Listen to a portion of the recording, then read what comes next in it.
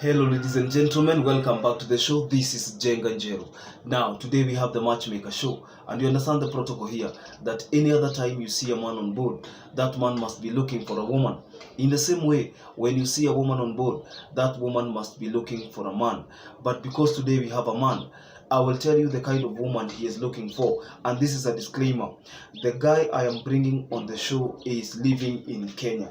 No going back to his country. He's coming from Poland. He's not going back to his country, and he is a resident. In fact, he's a permanent resident in this country. He has not been in his country for the last 9 years. Okay, he came here to study. He has studied in the USI, United States International University. Watu ambao mnajua USI iko hapa hivi Safari Park. Unaona Safari Park of the Thika Super Highway. Okay, so our friend today is Bones. I'll show you the name Bones. Bones amesomea hapa, akona marafiki wengi sana wa Kenya, na niliwaambia ya kwamba this show is becoming international. Bones has decided to marry an African woman. He has studied in Kenya, the United States International University, USIU. Sasa hata hiyo picha yake mumeona hapo. Mumeona hizo picha zake, hata kuna watu watamu-identify because kuna watu walikuwa wanasoma na yeye. Na currently he is doing consultancy.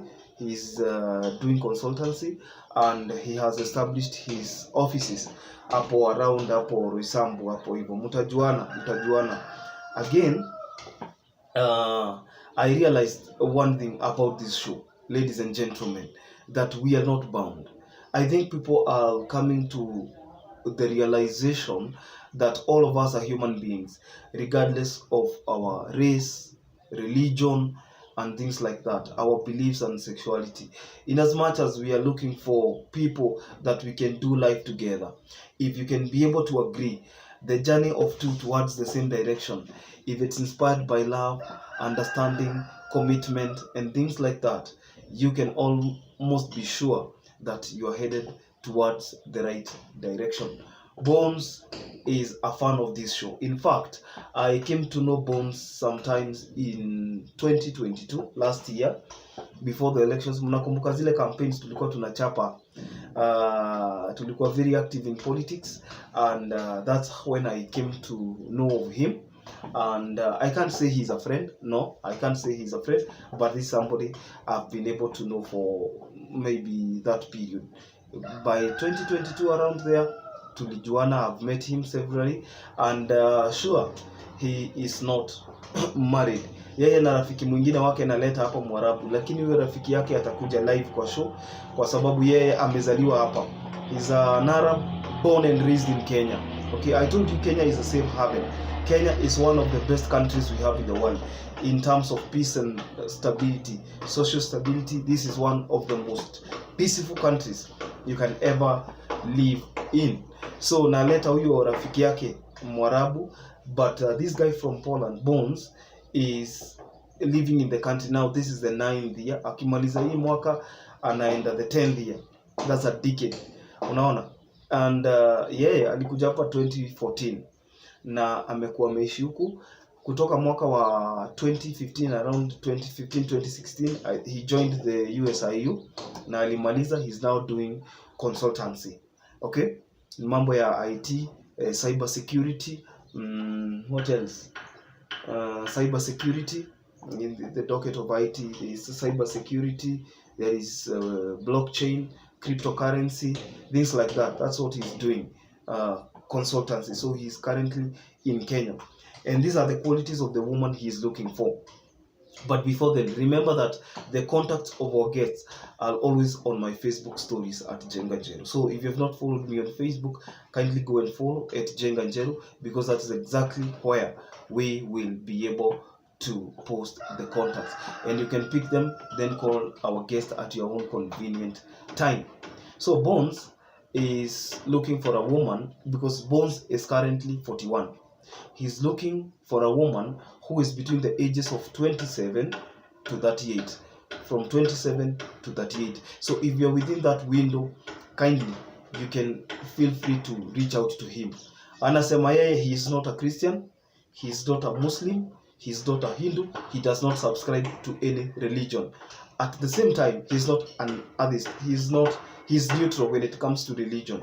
So yeye si Mkristo, si Muislamu, si Muhindu na hasubscribe kwa ile religion. Okay?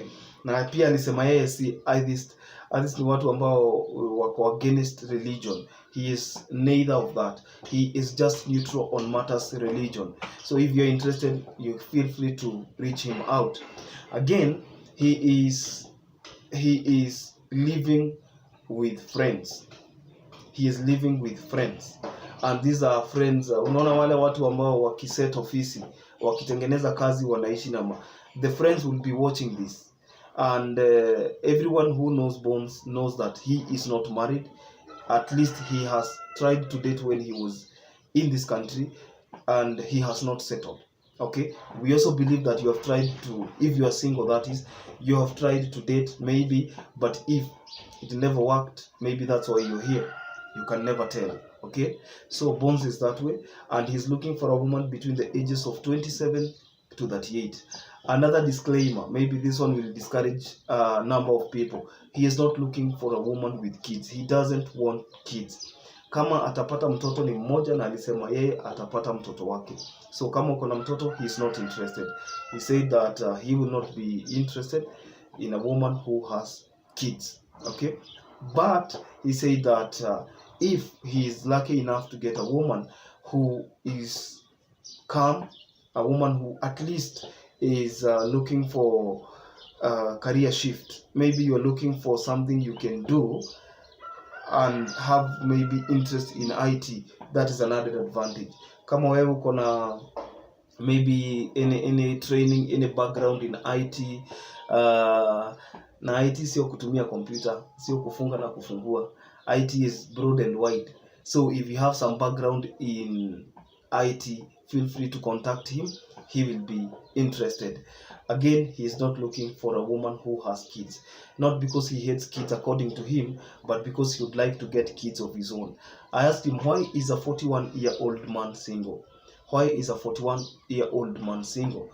His response was, it is always important to take time to build a career so that the people who depend on you directly and indirectly will not have to suffer. And I think that's a mantle. Because again, you don't want to raise a family when you're suffering. You don't want to raise a family when you cannot make ends meet. You don't want to raise a family where kids cannot go to school. You don't want to raise a family where food and basic needs are not met. So that reason is just enough. So Bones is looking for a woman who is calm, composed, less dramatic, and a woman who doesn't rave. Raving, ataki mtu ya sherehe. So if you're there, you're interested, he is looking for that woman ASAP. And I told him, because let me tell you, ladies and gentlemen, any other time I negotiate on behalf of Africans, when I am an African, I can always introduce people to our culture, because this is how our culture works. In Africa, we always advocate that you make our culture respected, because we will respect yours. So this is the protocol. The protocol is so simple. You move out, you go there, you look for, let's say, you look for, this is the protocol. You look for making out friends, you make friends. After making friends, you can start dating. After you date, you take that person to their parents, you go see their parents. There is dowry in Africa if this thing is leading to marriage, and you can do a wedding or whatever. It can be big or small, but you have to let people know. You have to make our ladies or gentlemen respected in society, because our culture believes that everything is given in broad daylight. Ni mchana peupe. Kama unapatiwa msichana, unaenda na yeye. So I told him, look, if you get that woman, kindly let us know, so that if we are doing a show, we will do that show. Again, we would want you to go and see the parents of that woman, and that is the honor we give our parents in Africa. And after that, maybe there will be arrangements. You can decide from there. There will be dowry. It's upon you to decide where you want to live, whether you want to live in Poland or to remain in Kenya. Otherwise, he has established roots in Kenya, and he has a consultancy firm on IT, cybersecurity, blockchain, and cryptocurrency, where he is training this generation. We can only wish him the very best. On our show, we say there is no discrimination. We are wishing everyone the very, very, very, very best. So kindly go on my Facebook stories at Njenga Njeru. Go there, pick his email him directly, and he will get back.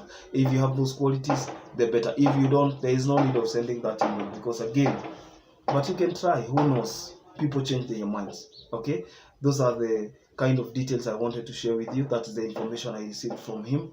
And if you want more, I will send you more and more of his photos. I have more than 50 of his photos, so I can send them to you. I'll just pick a few and put them on the thumbnail. I'll put a few on Facebook, so that you, if you're interested, you can feel free to contact him. He is an alumni of the USIU, the United States International University, and therefore most Kenyans who have studied there know him. Most people who are residing along that avenue know him.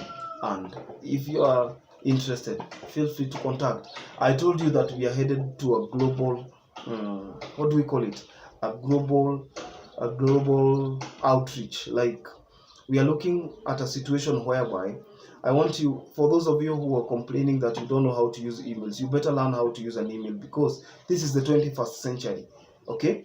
And most people find it convenient to reply on emails than on phone calls. You get the point. We understand that maybe for you, you are good with phone calls. There is somebody else who is conversant with emails. Na simu, kama ni simu, imagine umepigiwa simu 1,000. I keep on insisting. Humanly, it's impossible. It is humanly impossible to give attention to all the contacts. Then, which work? Utafanya kazi gani? If 1,000 women calls you, if 1,000 men call you, and they call you, they want you to pay attention. They want to call you maybe on an average of 10 minutes, 15 minutes, ni kujitetea. When will you work? So we find it very fair and just enough to share emails. I have his phone number, but he will share his phone number with you directly. And that is what has happened even with the other guest, that mnakuja mkisikizana kwa emails, akikutumia picha zake, ukiconfirm, ukimtumia zake, he can give you the WhatsApp number, then you can communicate and take it from there. Because after all, he's just looking for one person, and you are also looking for only one person. You cannot give 1,000 people attention on phone, and you cannot keep on putting those phone calls off. Is that okay? Fair enough. So kindly subscribe to our channel. Don't forget, we are headed to the road. We are headed to 10,000 subscribers. We are on the road to 10K subscribers, and once we get there, we will be bringing live streams, and that will be the order of the day. So until tomorrow, this is Njenga Njeru. See you in the next video. God bless.